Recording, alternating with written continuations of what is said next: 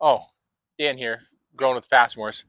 Um, we just did some fertilizing yesterday evening. Went to the farmers market in Prescott today to visit some friends, Logan and Robin Williams from the Williams Family Worm Farm, and we got 10 gallons of worm tea from them. If you're local and in the area, I definitely recommend swinging by there, taking a look at what everybody else has going on, picking up either some of his products. He does this worm tea. It's $10 a gallon. He also has worm castings, worm starter kits, and a few other odds and Fresh ends. eggs. Oh yeah, fresh eggs. You got to get there early, if you want fresh eggs. They sell out quick. Um, we normally always get just worm castings from him. This is our first time running the worm tea. So what we're going to do is take this mason jar. You're supposed to put somewhere between 2 and 4 ounces of the worm tea per plant and then water that in. We're supposed to get rain somewhere in the 2 o'clock hour. It's like 1:40 right now. So let's see if we can't get these 10 gallons installed before it rains. And then hopefully it does rain after we get it installed so we don't have to hand water it in, because it takes forever to water this by hand. Let's get rolling. I mean, that right there looks like you could throw a lemon in it and just take a drink. Looks great. Let's roll.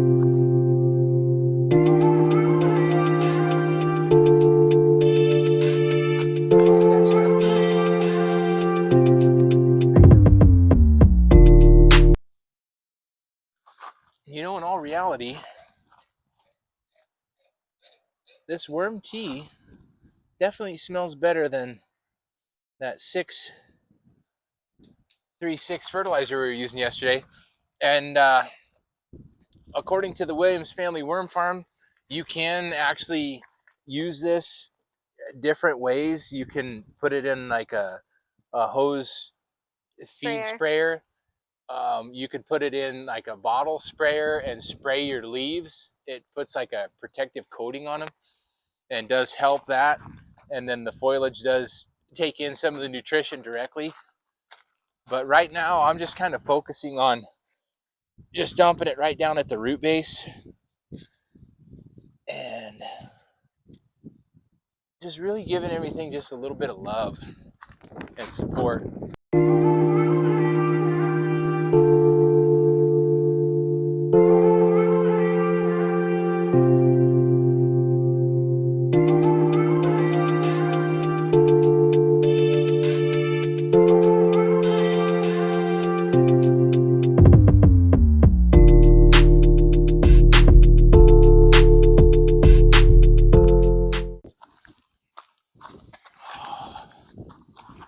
All right, so we're back. We just got the tea installed.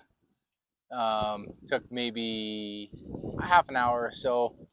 I think everything got a pretty good liberal dose of it. The 10 gallons was a pretty good estimation of the amount of volume that we needed. I counted as well as I could have about a month ago, and we have about 256 vegetable or fruit plants growing this season. So the math that I did said that we needed about 8 gallons. So we went ahead and got 2 extra at about 4 ounces per plant. And I do believe that each plant did get, on average, a little bit more than that. And I really do. There's old Doodle Duggers just cruising through his backpack on. I really do like using water soluble fertilizers versus the granular. Even though yesterday I was saying I like the granular, you just cast it on the ground and water it in.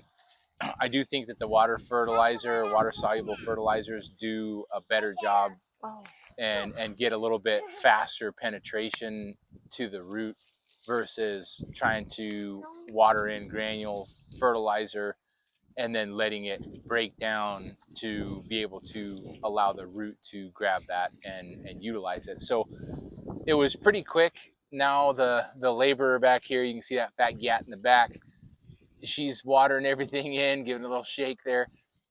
And this has been a pretty easy process. I was actually able to get some on the leaves You really don't want to get your leaves wet when it's in direct sunlight, high UV index, high heat, because they'll burn. And my dad is really struggling. He's a little further south of us. He's probably about 5 degrees warmer on average. He's in zone 8A. We're in zone 7B, and he likes to water his leaves, and he's actually had some leaf burn on his cucumbers. His cukes aren't doing very good. So we try our hardest not to get our leaves wet unless Mother Nature gets them wet. Every now and then we'll give them a bath. Look at that little cuker.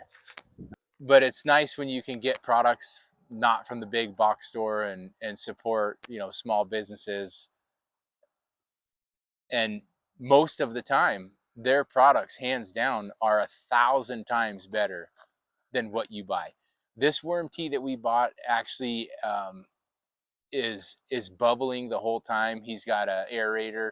It circulates the tea, agitates it, keeps everything alive. I did forget earlier to mention that it's only good for about 4 hours after the time of purchase. So we just drove as fast as we could to get here and install it so that all of the microbiology is still alive and well, and then you get that into the ground, and then your plants get it. And I mean, this is the first time I've ever done it, so I don't know how things are going to grow without it or with it. But I'm really excited to see the results. So there's the fat gat again. She's going to get back to working and watering, and I'm going to get back to having a nice cold Miller Lite and watching.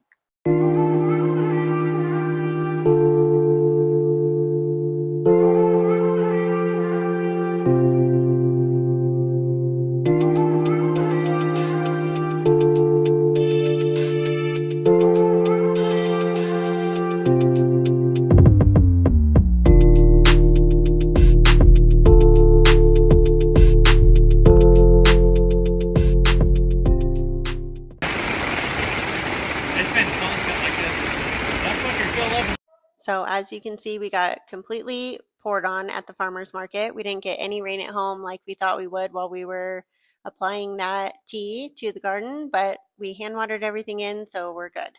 This is a couple things that I got from there. It is awesome. It smells really good. They're local out of Camp Verde, so check them out. They have a website. I will try and link below. This is Callan with Mr. Monk. We just celebrated his 26th birthday yesterday. We made him a kind of cake with some candles, sang him happy birthday, so he's a happy guy. This is him and Callan enjoying some live music at the farmer's market. There's his birthday. Pretty cute. Thanks for hanging out with us, and we'll see you in our next video.